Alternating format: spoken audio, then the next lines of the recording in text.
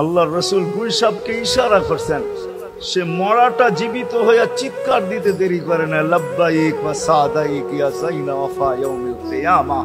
গুইসাব বলতেছিল, দোজাহানের বাদশাহ ইশারা করতে দেরি, আমার ভাগ্য খুলতে দেরি হয় না, কিয়ামত পর্যন্তর জন্য আমার ভাগ্য খুলে গেছে।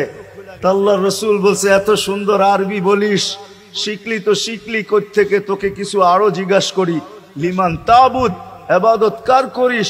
তো গুইসাব বলতেছে, ফিস সামাই আরশুহু, ইবাদত তো ওনার করি যার আকাশে আরশ, ওয়াফিল আরদি সুলতানুহু, জমিনে যার রাজত্ব, ওয়াফিল বাহরি সাবিলুহু, সমুদ্রের ভিতরে যার রাস্তা, ওয়াফিল জান্নাতি রহমাতুহু, জান্নাতের ভিতরে যার রহমত, ওয়াফিল নারি ইকাবুহু, জাহান্নামের ভিতরে যার শাস্তি।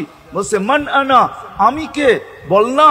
তো বলছে, আনতা রাসূল রাব্বিল আলামিন, আপনি সমগ্র জগতের রবের রাসূল, খাতামান নবিয়্যিন, আপনার পরে আর কোন নবী আসবে না, আপনি নবুয়তের ঘরের তালা, এই ঘরে আর কেউ ঢুকবেও না, আর কেউ বাহির হবে না, আপনি সর্বশেষ নবী। মান আমানা বিকা ফাজ, যে আপনার গোলাম হবে, আপনার অনুগত্য হবে, শুধু ভালোবাসবে না, আপনার অনুগত্য হবে, তার কপাল আমার মতো খোলা যাবে। ওমান কাযিবা খাবা ওয়া খাসির, যার ইঙ্গিত পাইলে ভাগ্য খোলে।